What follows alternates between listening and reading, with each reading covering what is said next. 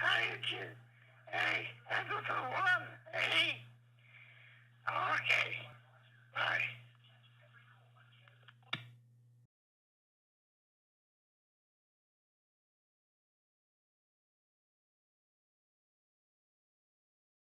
Swagger down the street with your red lips and funky beat. You better hold your head up to the sky. I'm gonna roll with you till the day I die.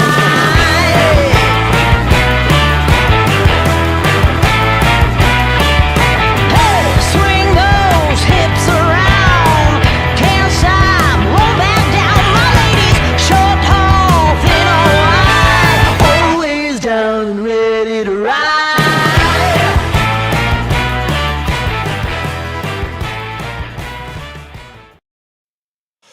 Welcome back to the channel, guys. My name is Gene. You guys are watching Primed and Lubed, Season 4, Episode 14 for January 26, 2025, as the Edmonton Oilers are now first in the Pacific. That being said, the Vegas Golden Knights do play tonight, and that could all very well change.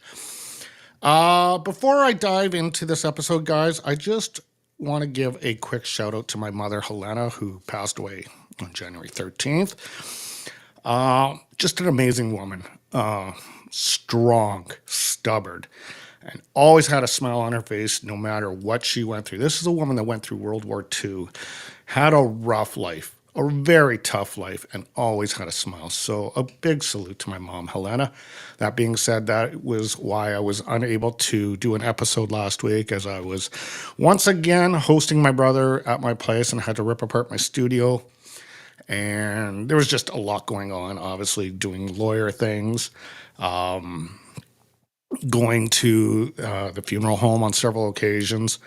So a lot going on. That being said, we're going to move on from that. I have done my grieving. Well, most of it. I'm going to be grieving from time to time. Hopefully not on this particular episode. But a lot has happened in the past 2 weeks since I was on last. John Klingberg, an Edmonton Oiler now. A massive, massive trade involving the Colorado Avalanche and the Carolina Hurricanes, which I'm going to actually get into. I know this is an Oiler channel, but I am going to get into that. What else are we going to talk about? We're going to talk about that fiasco that happened in Vancouver, too. Normally, if I was on last week, I would have talked about it last Sunday because it was a Saturday night game. So I'm going to add that game into my mix for this particular episode. I have a lot to talk about.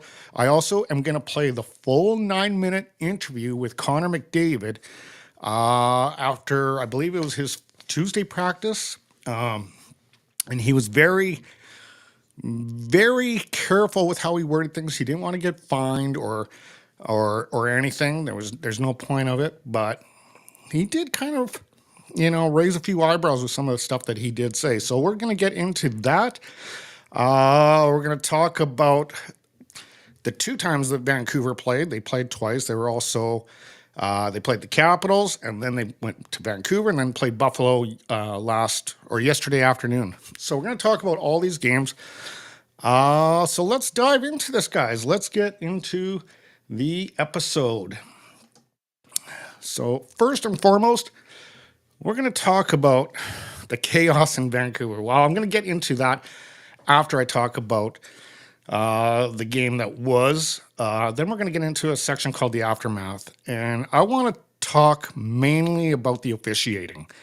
I'm not going to take this side or take that side. I believe hockey's hockey. It's not MMA. That's the only thing I'm going to say. But I do want to talk about the officiating. There was several missed calls by a very well-liked and very well-known referee. So, and there was 2 of them. So we'll get into that. And that will be also the poll question. We're going to get into the upcoming games. We're going to take a look at the latest Western Conference standings. And there's a team that is now in and a team that is now out. So we'll get into that. And yeah, let's just dive into the Oilers and Canucks that took place last Saturday night. A game that I think most of us have their own personal opinions on.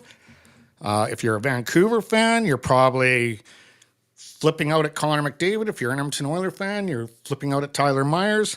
But a lot of this stuff should not have happened. If the game was officiated properly, it should not have happened. And I'll speak on behalf of the NHL and not on behalf of the NHL, but I'll speak my piece and how I felt as a fan of the NHL. I'm not going to speak on behalf of the NHL. I have no say or anything in it, but the officiating was absolute garbage in this game. 100%. There was a lot of missed calls, and we're going to get into that shortly. Let's dive into that game right now. Okay, so Quinn Hughes scored 2 power play goals, and the struggling Vancouver Canucks beat the Edmonton Oilers 3-2 last Saturday night. Danton Heinen also scored, and TJ Miller had 2 assists as the Canucks won just the second time in 8 games. Their record 2-4-2. Thatcher Demko had 13 saves. Leon Draisaitl scored twice for the Oilers and leads the NHL with 33 goals. Stuart Skinner stopped 24 shots as Edmonton snapped a 4-game winning streak with their second loss in 10 games. Tempers flared in the final seconds of the game after Connor McDavid was tangled up, MMA, but anyway, tangled up with forward Connor Garland. Scrums between several players ensued, erupting with McDavid and Vancouver Canucks defenseman Tyler Myers with match penalties for some brutal cross checks to the head. And both guys had brutal cross checks. I think Tyler Myers got a little bit more of a cross check on Evan Bouchard than McDavid did on Connor Garland, but that's irrelevant. Both of them were assessed 3-game suspensions. The takeaways for the Canucks: after going 4 games without a power play goal, Vancouver went 2 for 4 with the man advantage. The Canucks came in 15th in the league on the power play at 21%. As for the Oilers, Edmonton couldn't finish the comeback in the third period, but rallying from a deficit, nothing new for the Oilers.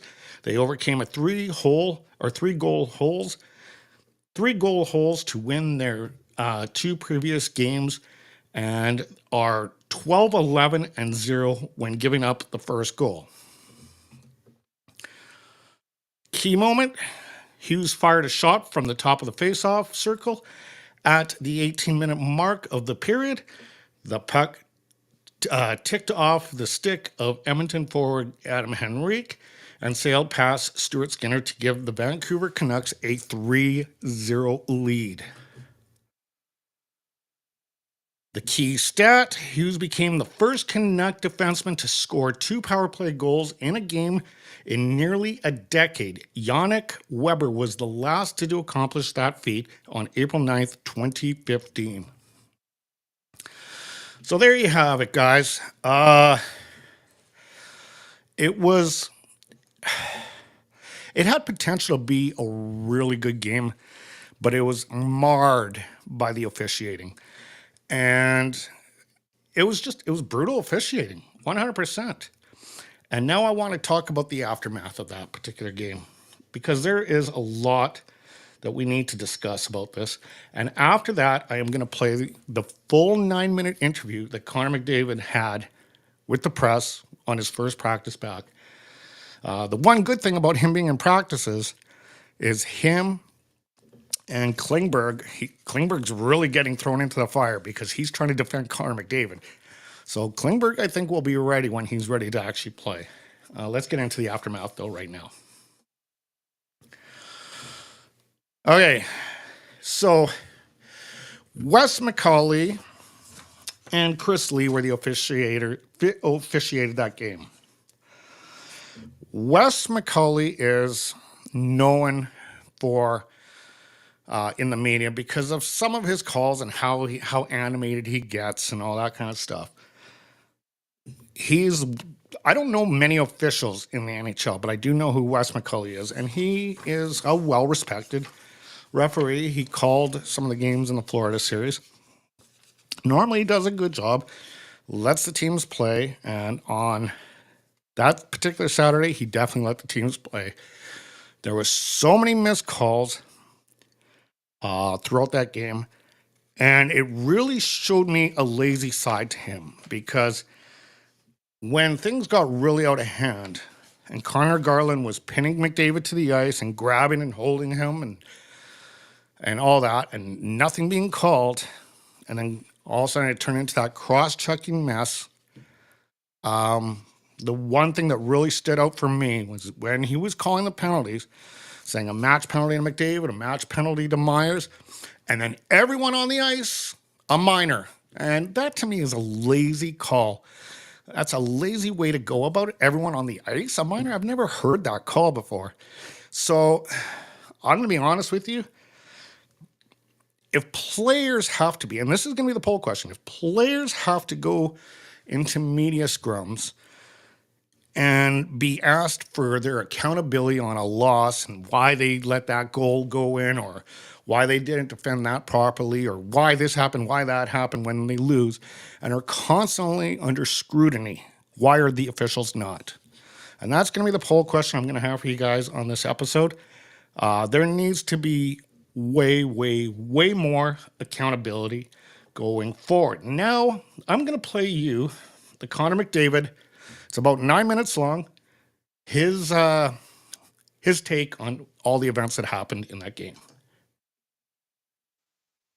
Just give us your reaction to the suspension being 3 games, and if the league gave you any more of an explanation than the rest of the world got.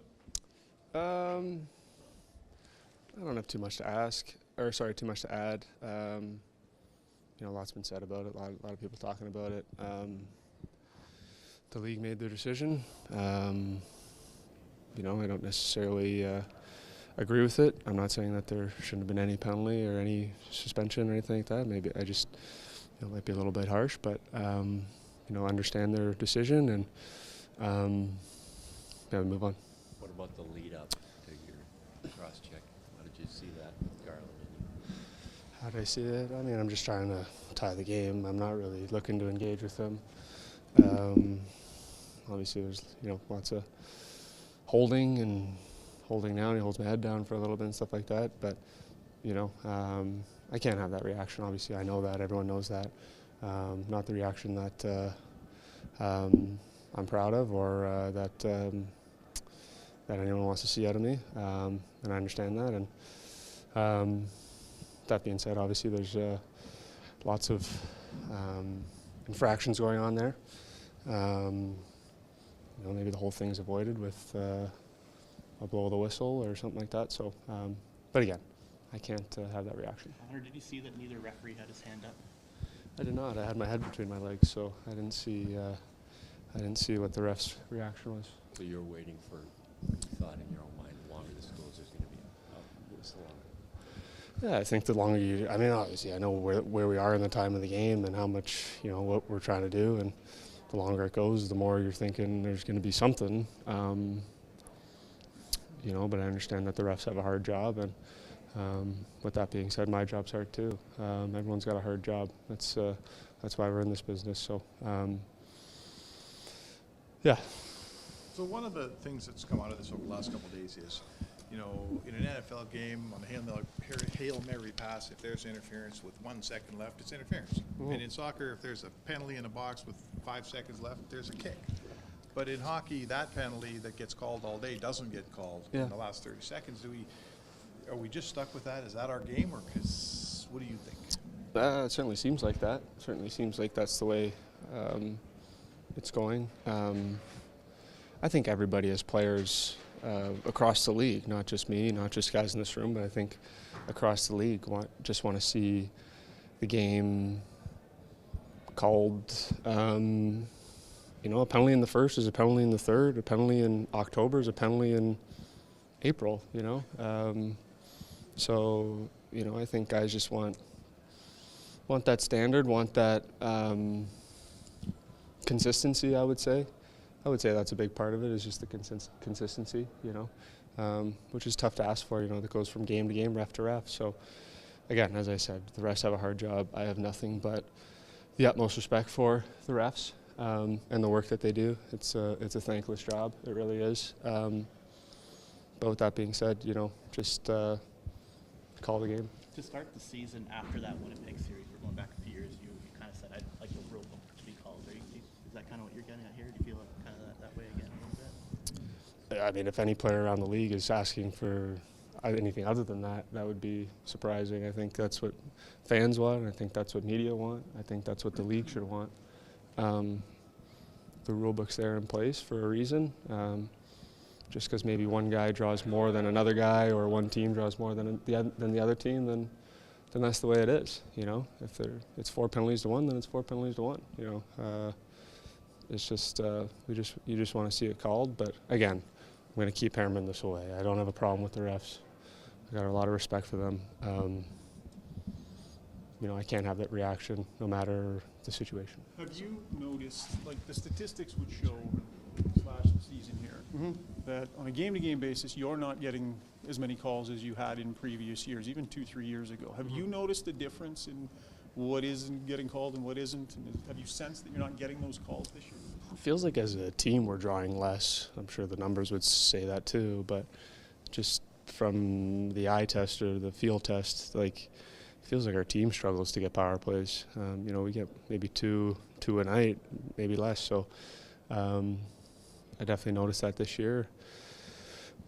Is that a indication of maybe how much we're attacking, or I don't know? It feels like we're attacking a lot. We got the puck a lot. We certainly do that. We attack the net a lot. I think we average, you know, the second most shots a game. So we're obviously going at the net a lot. We have it a lot. You'd think that would result in more penalties drawn, but for whatever reason it's not, and we'll just keep plugging away. Nothing we can do about it. I think the skilled players get penalized because you're a skilled player, and they figure, well, we can't call a penalty at every time. Mario said it. You know, Gretz used to say it. We're skilled. JR said it. JR Well, said I it for think sure. They said it. Well, I mean, go back to other sports, right? Like, I think the quarterback draws the most penalties. Why is that? Because he's got the ball the most. You know, that's not anything other than he's got the ball more than other guys, so he draws more penalties. You know, in our game, usually if you have the puck, you're going to draw more penalties. We got the puck a lot. We attack the net a lot, it feels like. You know, yeah, you know, it feels like maybe we could draw a couple more. But do you want me to say it again, or do you want me to not say it again? I got a lot of respect for the refs. Like, it's, you know, it is so. It becomes a standard thing more than an individual referee thing. It's the people that are giving the refs instructions, right? Your team leads hockey in possession time with a puck. You lead hockey in possession time in the offensive zone. You're ranked 27th in power plays received, right? So can you make those numbers square for me? It's like trying to fit a square peg into a round hole. It's not going to add up. I'm not going to make it add up. You know, it is what it is. I'm not sure why it's that way, but yeah. You played a ton of hockey last season. You played a lot already this year. You're going to the Four Nations. Yeah. Whether you want this week off or not, you got it. You're like an hour and 20 out there today. Like, strategy-wise, is there some thought to, like, making sure you get the rest that others are going to get this year that aren't going? I'd love to play. What am I going to do? You know, I'd rather be on the ice than sitting at home resting. You know, it's not like I can get a week away in Cabo. So, you know, I'm here. No, I'm here. I want to support the team. I want to be here for the team. I want to be here to get myself ready to roll when it is time. You know, we'll have 6 games before the break, and we want to go into the break on a high note. I always feel that's important. You know, how you go into a break is important, and you know, that's my main focus here. Last one from here. You have had some pretty hard physical plays in the last 4 or 5 games. La Ferrière, Johansson, Garland. Is this Connor McDavid changing his game a little bit to find some space on the ice himself? You want me to go over all the plays? I think the LA hit is not anything other than being physical in a game where I thought we could have used it. I thought it was a little bit of a dull game where I'm trying to get my guys going as the leader of the team and hard on the back check and finish a hit. It's obviously extremely unfortunate that whatever he's dealing with. The Johansson one, I mean, it's tough to skate with your arms tucked in. I'm not trying to get him at all, obviously. That's extremely unfortunate, and I feel awful about that. Like, it's the league alluded to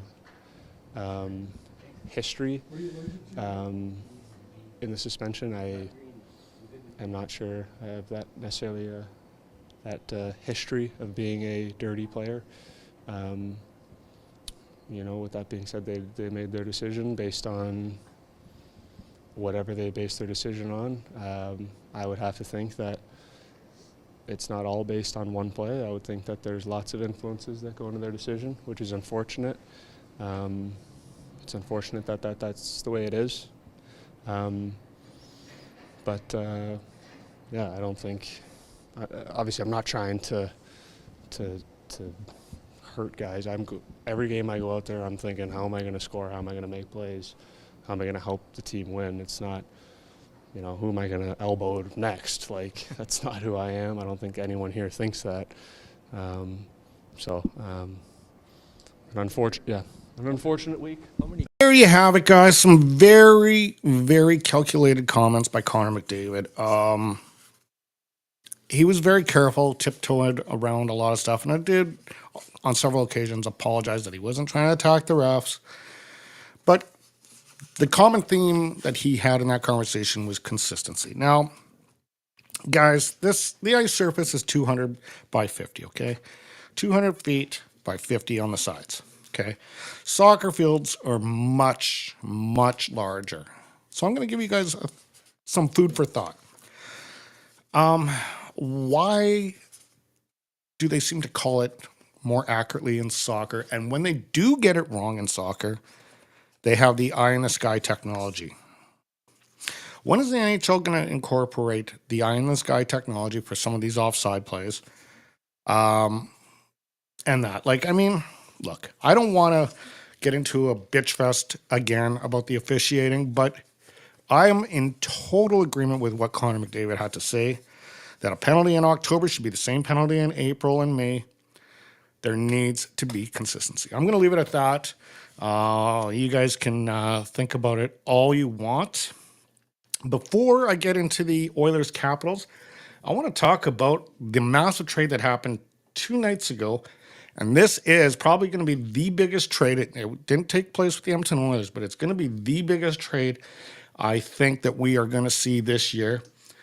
As, let me just pull it up here, as Carolina and Avalanche did a blockbuster, the Avs sending Mikko Rantanen, Chicago sending Taylor Hall, and a second round draft pick, I believe it is. Mikko Rantanen and Taylor Hall go to Carolina in exchange for Martin Necas, Jack Drury, a 2025 second, and a 2025 fourth going to the Avalanche. And Chicago will be receiving, as they are brokering the deal a little bit to lay off to eat up some of the cap space that Carolina would have for Mikko Rantanen. They are getting a 2025 third. Really not much for Chicago. You think they could have got a little bit more. A 2025 third to eat 50% of the cap space is kind of surprising. Now, a lot of you guys are wondering, why would Colorado get rid of Mikko Rantanen? Well, I'm going to tell you right now. The cap is expected to go up and up and up and up. And they've been saying that they think within about, I think it was Elliot Freeman said they think within 5 years it could be over $100 million. Okay? So, with that being said, Mikko Rantanen is going to be asking for some money. and his contract ends this year. So you got Nate McKinnon at $12 million. Mikko Rantanen is going to be demanding 14 plus.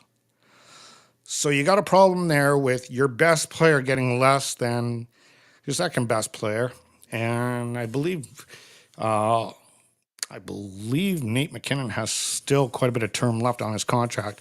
So that becomes an issue there. It just becomes very difficult to manage the cap if you're going to keep Mikko Rantanen. My understanding is they were in talks with his club, and it turned out that there was no go on it. So very hard to negotiate with his agent, and they just made a decision. It's like, okay, well, let's cut ties now because we don't want him going for nothing. You know, if we don't get him traded, they might have got a little bit more for him at the deadline, but again, you're playing a gambling game at that point in time. So they went for it now, and that's how it's going to end up. All right, let's get into the second game of the Edmonton Oilers, or the first game actually of the week, involving the Washington Capitals, as OV at this point in time is 20 goals away from beating Wayne Gretzky's record. 20 goals away. They're saying he could probably do it, I think it's April 6th when they take on the Islanders. That's when they kind of figure that record might be broken. Again, I'm a very fond person of Wayne Gretzky because he did so much for our city. So I hate to see that record go. But again, records are meant to be broken. So good for him. And it's his longevity. Wayne Gretzky did it much faster, got to those records faster. But Ovi's just very fit. He's just a beast. So good for him. However, the Edmonton Oilers were able to hold him off on this game and didn't allow Ovi to get a single goal. However, they would still lose to the Capitals on the 21st as Pierre-Luc Dubois had a goal and assist as the league-leading Washington Capitals won their fifth game in a row, defeating Edmonton Oilers Tuesday night 3-2. Tom Wilson and Matt Roy also scored for the Capitals, who have earned at least a point in an NHL high 11 straight games, going 8-0-3 in that span. Leon Draisaitl and Corey Perry scored for the Oilers, who have lost 2 in a row now, on their heels of earning their victories in eight of 9. And this was also, again, the first game of Connor McDavid's suspension. So I think it would have been a much different result if McDavid was playing, but can't say right now because he wasn't playing. The Oilers were without star Connor McDavid, serving the first game of a 3-game suspension for cross-checking. Logan Thompson made it 30 stops for the Capitals, while Stuart Skinner recorded 11 saves in the loss for the Oilers. Takeaways for the Washington Capitals: Dubois has 38 points in 47 games this season, so he's actually playing very well. Found his niche in Washington, I guess, because he was kind of booed out of a lot of cities so far after recording just 40 points in 82 games with the Kings last season. Once again, for the takeaways for the Edmonton Oilers, Leon Draisaitl scored a league-leading 34th goal of the season. Draisaitl extended his point streak to 7 games and hit the 70-point mark. It was the 29th time that Draisaitl has scored in the first 5 minutes of a game, tied for second in Oilers history with Wayne Gretzky. He is also 1 goal back of franchise leader Mark Messier.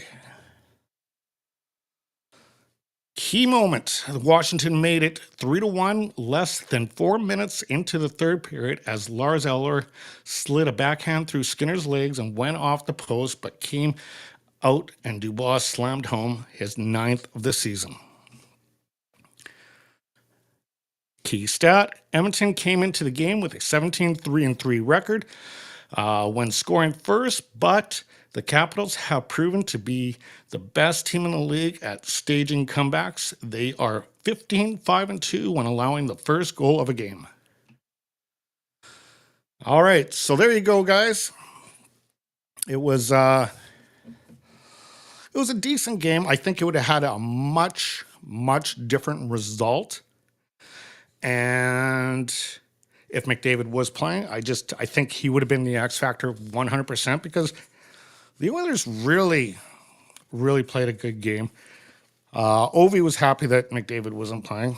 And this happened to be also, my brother convinced me to get 2 other TVs for my living room, so I got my own little, what'd you call it, man cave now. So I got a lot of sports going on all screens, and so we were watching that and then watching the other games going on that were of note, like Vegas, they lost that night, LA lost that night. So we just needed Edmonton to win that night, and they didn't, unfortunately. Now, hopefully tonight, the Vegas Golden Knights lose, and Edmonton still maintain that first place in the Pacific. They might even catch Winnipeg yet. I wouldn't be surprised. Okay, so now we're going to go into the rematch between the Edmonton Oilers and the Canucks. Going into this game, I think I read somewhere, I don't know where I read it from, but both teams were warned. Quit the shenanigans or there's going to be some serious disciplinary action.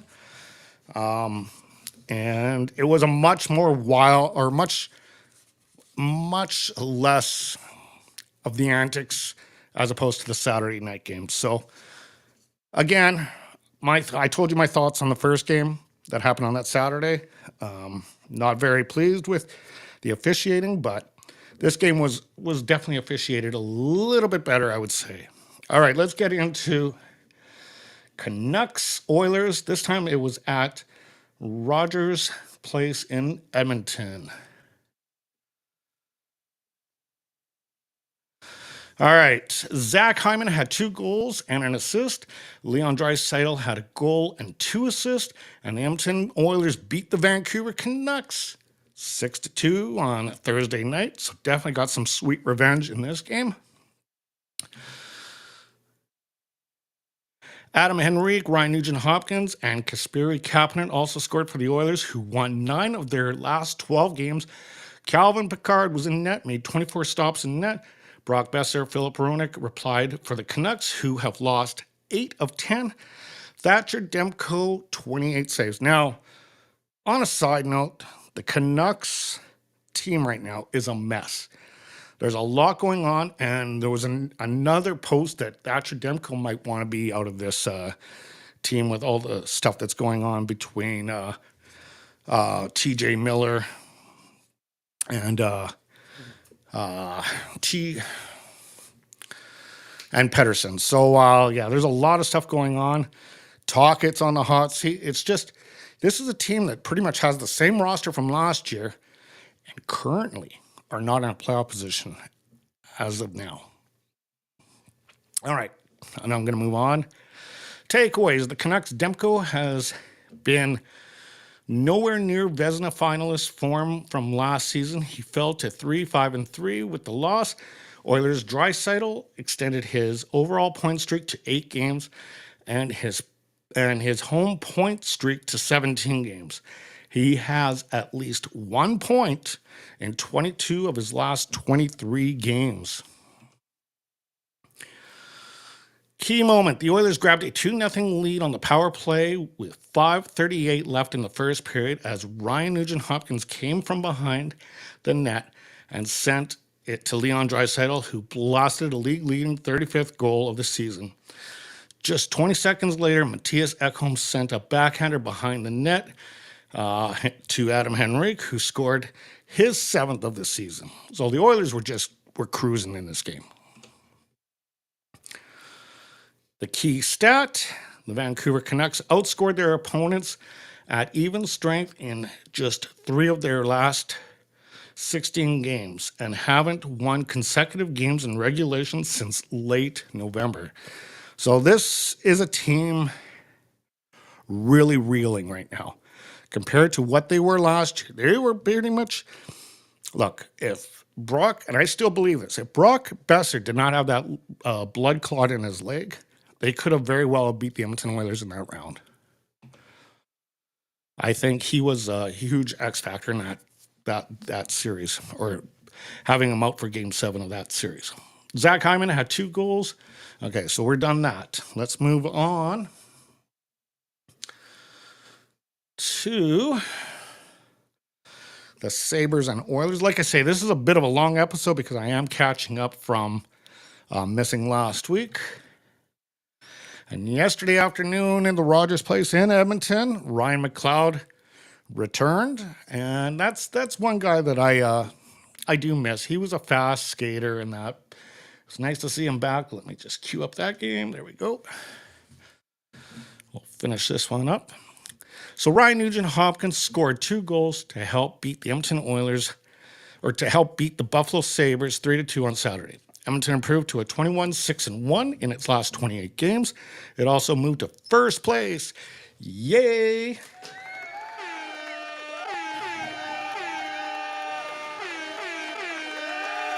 First place in the Pacific Division, 1 point up from the idle Vegas Golden Knights, who do play tonight, and I will be watching that game as much as I can. I have been invited to a dinner with the neighbors, so we'll see. Hopefully I can watch most of it. Okay. The Oilers, 31-15-3, played without Captain McDavid, who completed his 3-game suspension for cross-checking Vancouver's Connor Garland a week ago. Jeff Skinner also scored for the Edmonton Oilers, and Stuart Skinner stopped 39 shots. So the theme of this game was Skinner. Both Skinners were absolutely fabulous. Seeing Jeff Skinner score against his former team is always a good thing to see. Alex Tuck and Yuri Kulik scored for the Sabres, 18-26-5, who lost their 4th time in 5 games. James Reimer, still marching on, recorded 31 saves. I wonder when he's going to retire. He's got to be getting close. Takeaways for the Sabres. It was Reimer's first start since January 4th. He came into the game with a 1-5-1 record this season. As far as the Oilers go, Leon Draisaitl was held pointless, ending a couple of streaks. His overall point streak ended at 8 games, and his home streak was halted at 17 games.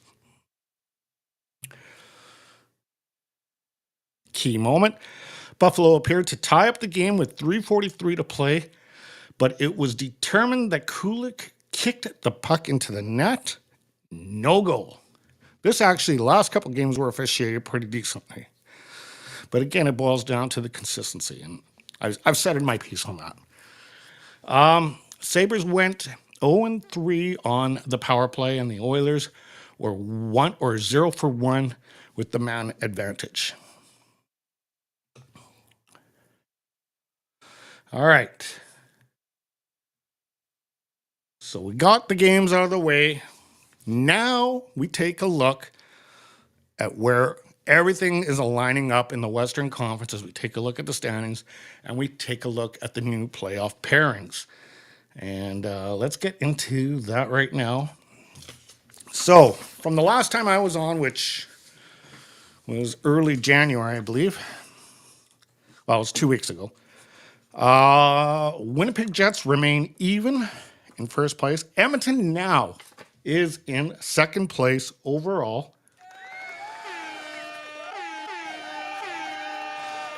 Followed by the Golden Knights. Oh, I might add, Edmonton jumped up 3 spots, followed by the Golden Knights losing a spot. Dallas stays even. Minnesota loses 2 spots. LA and Colorado at even. Calgary is now in a playoff position as Vancouver has slipped out. Calgary going up 1, Vancouver going down 1. St. Louis and Utah stay even. Seattle +1, Anaheim -1, Nashville even. Chicago is no longer the dead last team in the league as they are now ahead of San Jose as they go up 1 and San Jose goes down 1 spot. So there you have it. Chicago has finally gotten their way out of out of the abyss, I guess is the best way to put it. So let's take a look at the pairings now. If the playoffs were to start today, Calgary would take on the Winnipeg Jets. Of course, the Jets having home ice advantage. The Avs and Oilers would take on each other. That would be a scary series. Mind you, when the Avs won that Stanley Cup that a couple years ago, they had Landeskog. Landeskog is set to return, though, too. But they also had Rantanen, and the Avs will not have Rantanen on the team this year. And they're struggling. You have Dallas would be taking on Minnesota with home ice advantage. And then LA taking on the Golden Knights. So that could be a great series to watch as LA and Big. Actually, there's a few good series in this one. I don't know where I feel about Calgary and Winnipeg. I'm thinking, but I also thought last year Winnipeg should have beat the Avs, and I think they were swept in that series. So there you go. That's how it's laying out now if the playoffs were to start today. All right. So that takes us to the upcoming games. As there's going to be 3 games, they play tomorrow night against the Kraken. Then they play the Wings on Thursday night, and then Hockey Night in Canada next Saturday night has the Leafs in Edmonton. I wonder if there's going to be rough stuff in that game from what Ryan Reeves did to Darnell Nurse the first time they met in Toronto about a month ago or 2 months ago. So there could be some interesting stuff there. All right, let's get into the upcoming games, starting with the Seattle game tomorrow night. As the Seattle Kraken will be coming into this game for 17th in the league for goals, 28th in the league for shots on goal, tied for 24th on the power play, 25th on faceoffs, 18th on the shooting percentage, 22nd on goals allowed, 19th on shots on goal allowed, 4th in the league for penalty minutes, and 22nd in the league for the penalty kill. So not stellar stats by any means. This is a team that was starting to look good, and then they kind of faded off. And then, of course, they got rid of Hatskell or I forgot Hackstall. I think that's what his name was, and then brought in can't think of his name right now, but Pittsburgh's ex-coach there. So coming into this, the Seattle Kraken will be coming in with a 22-25-3 record, as the Oilers have a 31-15-3 record. Much different surroundings. The Kraken are currently 6th in the Pacific, likely not to make the playoffs this year.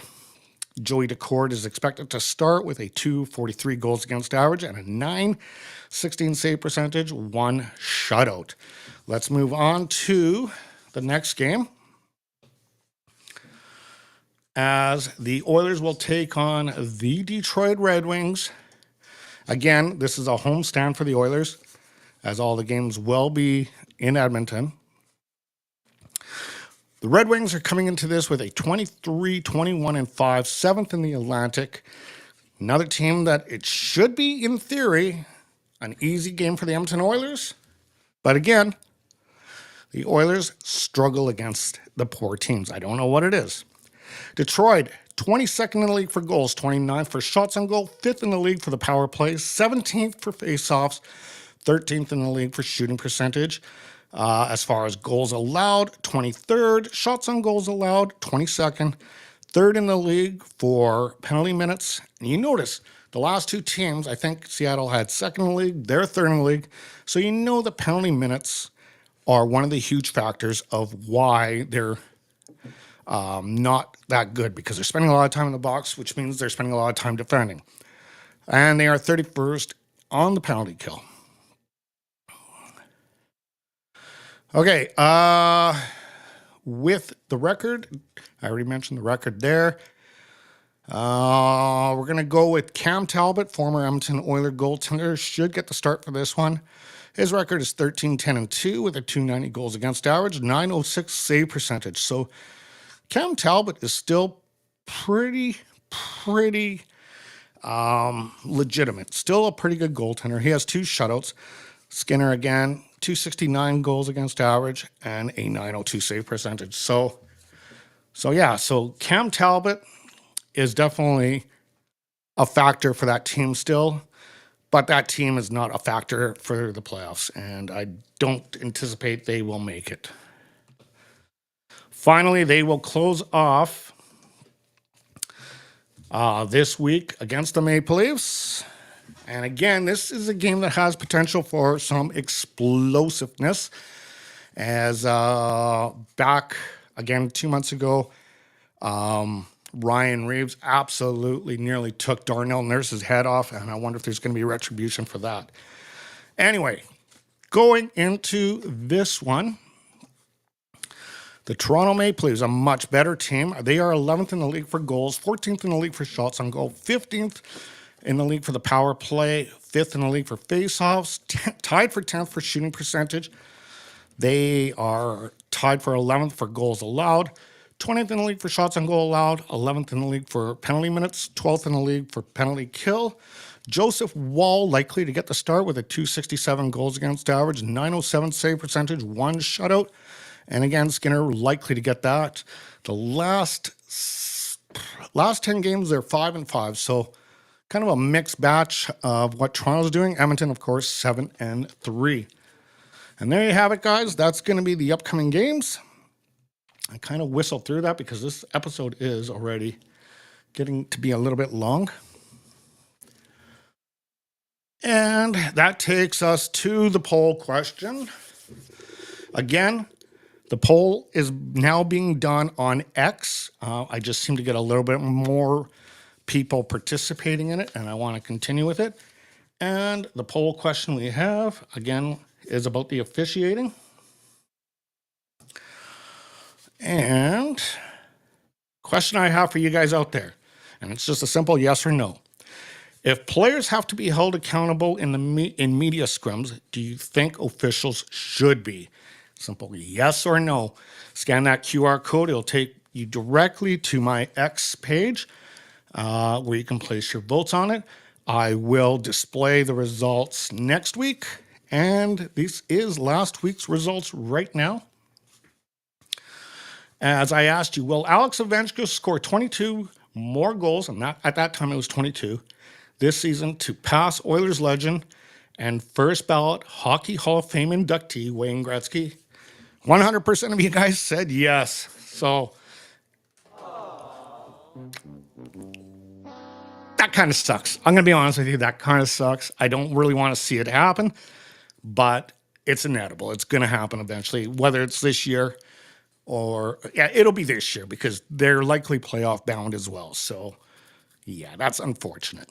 All right. We're going to go into the final thoughts portion of this episode. There has been a few comments, so I will ask you, or I will display your comments here shortly. Let's get into that. And again, guys, you can chime in here. I will, if your comments are clean and not offensive or in any way, I will display them. So let's take a look at what you guys have had to say. And it's one of my favorite guys, Renegade Man. Actually, it's my only guy that seems to chime in yet, but I'm hoping to grow this channel. Stu and Picks we trust. To hell with haters and fake fans. You know what? You know what, Renegade Man? You know me. I've been hard on Stuart Skinner, but I'm telling you right now, I can actually start seeing the elite goaltender that I think we might have in him. And I may have brushed him off a lot, and there are a lot of fake fans that don't like him, but he's starting to prove that he is definitely a legit goaltender. He still has off days, but everyone does, right? So, yeah. Oops. Get rid of that. Okay. Klingberg and Regula will be the X factors for the Oilers. You know what? I saw Klingberg practicing with McDavid, and he looked pretty good. He looked pretty good. He looked like he had some pretty good movement in his hip there. And you know McDavid's taken him giving him a crash course of how to defend, right? It's simple because no one can.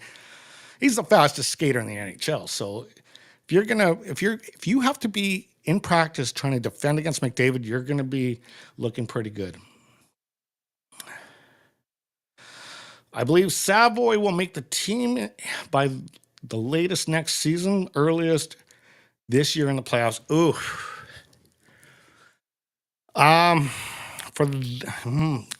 He could, but right now they got lots of depth, right? They do have lots of depth. I think it'll be next season. I think he'll get called up for a game or two next season. I don't think they'll throw him in the playoffs. I'd be surprised. You might be right. You might prove me wrong, but I can't see them throwing him right into the fire immediately. But then again, the Oilers have been known to do very interesting things. And last but not least, their renegade man. The league suspending McDavid is BS. Garland is just a wannabe. Never going to be a Marchment. No, he's definitely not. Marchment is, yeah. But I'm okay with the suspensions. Cross-checking to the face should actually be more of a suspension. I'm going to be honest with you. But that being said, it should never have gotten to that point. Never have gotten to that point. The NHL took away fighting because they wanted to clean up the image. But now it has become a much more violent sport than it was in the 80s. Now you got people using weapons on people, which is their sticks. And I really would like to see the instigator rule abolished. Let teams defend for themselves. Because it's, you can implement net guards, you can implement all this equipment and all that. But if you're not going to allow the teams to police themselves, you're going to have some bad injuries. And I've saw it too many times where there's been some, like the Darnell Hurst from what Ryan Reeves to him. That was brutal. I honestly think Evan Bouchard's hit was much more. There was much more contact, much more violent of a play than what McDavid did to Garland. Garland kind of got hit on the side. But regardless, you shouldn't be aiming for the head with your stick. You shouldn't be using your stick as a weapon, but it should never have gotten to that point where, like, this is hockey. This isn't MMA. It's hockey. It should never have gotten to that point. The whistle should have blown, and there needs to be accountability with the officiating.